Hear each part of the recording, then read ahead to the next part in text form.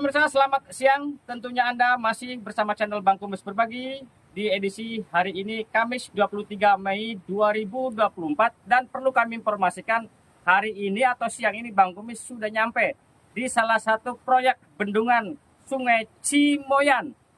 Bendungan ini dibangun beberapa bulan silam dan sampai hari ini nampaknya belum juga selesai. Dan terlihat dari beberapa titik dibangun dengan asal-asalan. Dan satu persoalan yang paling mendasar bahwa menurut informasi sebelumnya bahwa di kawasan ini namanya banjir tidak sering terjadi, tapi dengan adanya bendungan ini warga mengeluhkan dengan seringnya banjir. Soal pencemaran lingkungan yang berasal dari Banjarsari, di mana di sana ada penambangan pasir dan limbahnya dibuang ke sungai dan akhirnya bermuara menuju ke Kabupaten Pandeglang. Dari Kecamatan Picung, Kabupaten Pandeglang, Provinsi Banten, channel Bang Kumis Berbagi bersama media Sorot Desa Indonesia mengabarkan. Selamat siang Bapak. Siang, Pak. Pak, nama siapa Pak? Lani, Lani. Warga mana Pak? warga Pasir Bindu, Desa Cerang, Kecamatan Picung. Kecamatan Picung. Pak, sepengetahuan Bapak, Bapak kan ini lagi berdiri di salah satu bendungan. Ini namanya bendungan apa sih Pak? Bendungan Sungai Cimoyan. Sungai Cimoyan. Nah, bendungan Sungai Cimoyan ini kalau dari belakang sana ya, itu dari sungai mana itu? Dari Sungai Cimoyan aja, dari sana, dari Mangpeng. Mangpeng. Nah, yang ke depannya? Kesananya ke Patia. Ke Patia. Berarti ini langsung ke kawasan Lebak juga ya? Kawasan Lebak, betul. Ke sini. Aha. Nah Pak, dengan dibangunnya bendungan ini, apakah sudah dirasakan manfaatnya Pak? Kalau manfaat belum ada. Kalau manfaat, karena bendungannya juga belum jadi. Belum jadi. Irigasinya yang belum jadi. Kalau bendungnya udah jadi, irigasinya yang belum. Ini sejak kapan sih Pak dibangun Pak? Pokoknya dari awal Mei kali ya, tahun 2023 sampai akhir Desember. Dampak ke warga sekitar, terutama tentang banjir itu teratasi nggak Pak? Kalau banjir tahunan ya selalu ada, tapi setelah adanya bendung ini, ketika sampah menutupi pintu air, itu pasti musim penghujan banjir ke masyarakat yang ada di hulu. Nah, terus di belakang Bapak, di sana kan ada lumpur-lumpur tuh ya yang sudah mulai meninggi menutup aliran sungai. Itu menurut Bapak ya itu berasal dari mana sih itu? Nah, ini kendala yang paling besar itu dari lumpur ini, yang dari limbah pasir. Limbah pasir yang dari Lebak sana, yang produksi limbah pasir dari sana, lumpurnya dibuang ke sungai, akhirnya pendangkalan. Kualitas airnya sendiri mempengaruhi nggak terhadap lingkungan Pak? Kalau air jelas dulu bisa digunakan oleh masyarakat, mau itu cuci piring, cuci baju, bahkan untuk sawah juga. Tapi sekarang setelah ada limbah pasir, itu sudah tidak bisa dipakai. Dari Banjarsari, limbah pasir dari Banjarsari. Ya, dari Banjarsari, dari Jalupang sana. Terus lagi? Kalau bangun ini itu longsor terus sebenarnya. Ya, kalau untuk bangunan setahu saya itu longsor tanahnya. Jadi tanahnya labil, jadi kegerus air juga airnya longsor.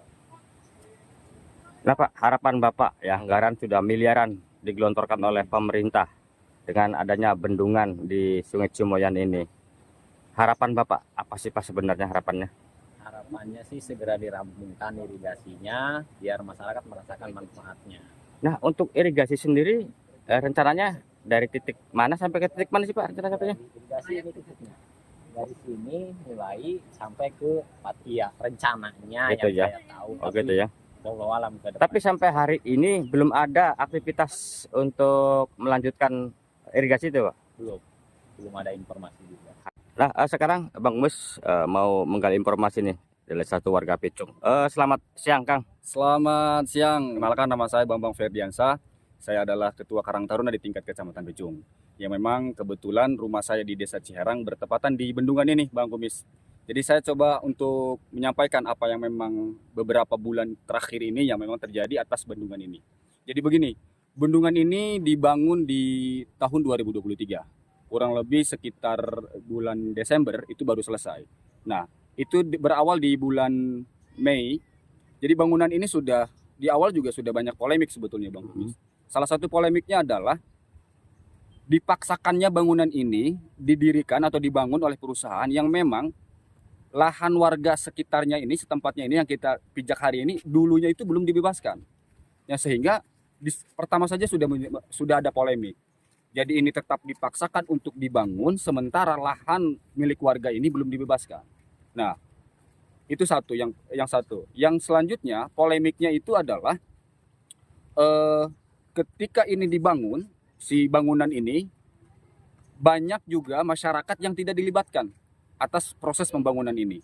Yang ketiga, perusahaan juga tidak menghitung tingkat kelabilan tanah, terus juga jenis material yang harus digunakan, sehingga belum juga beberapa bulan setelah selesai ini sudah bisa kita lihat roboh, ada yang ambrok, terus juga bangunannya juga besinya juga tidak rapi, belum diaci juga, belum diplester, sudah dilakukan pengecetan. Saya juga nggak ngerti apa yang memang sebetulnya yang ingin dicapai oleh si perusahaan ini.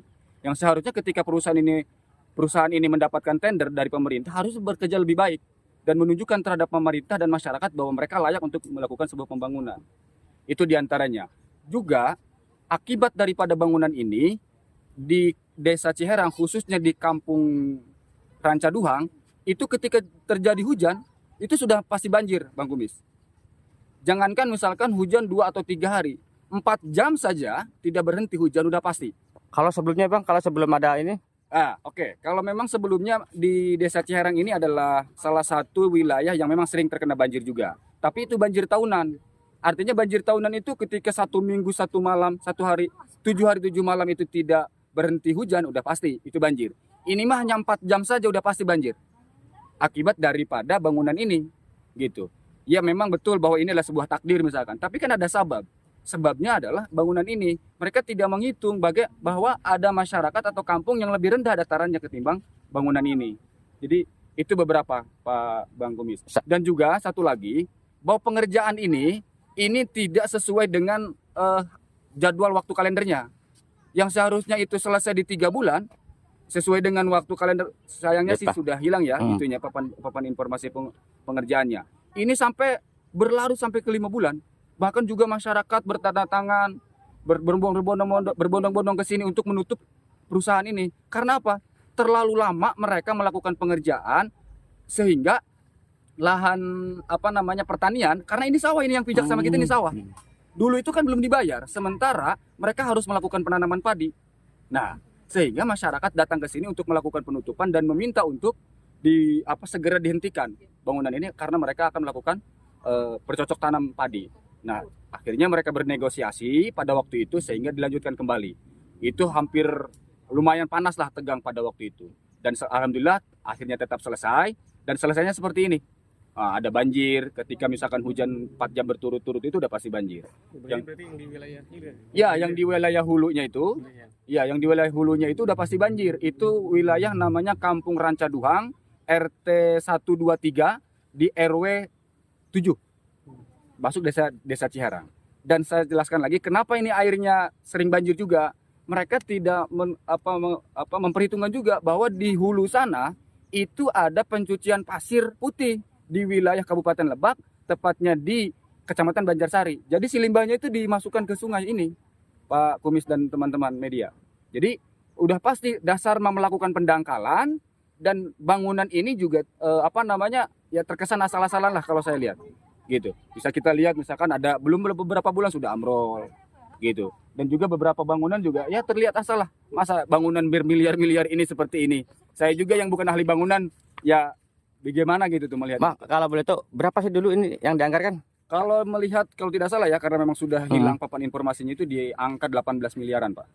Nah, menurut informasi ini kan akan ditindaklanjuti di tahap keduanya. Ya. Itu dengar belum warga? Oh belum Pak, kalau persoalan itu belum, tapi kami berharap itu semoga bisa cepat terrealisasi, karena mudah-mudahan kalau misalkan itu ada terrealisasi kembali, otomatis kan airnya tuh bisa mengurangi dampak banjir itu. Gitu.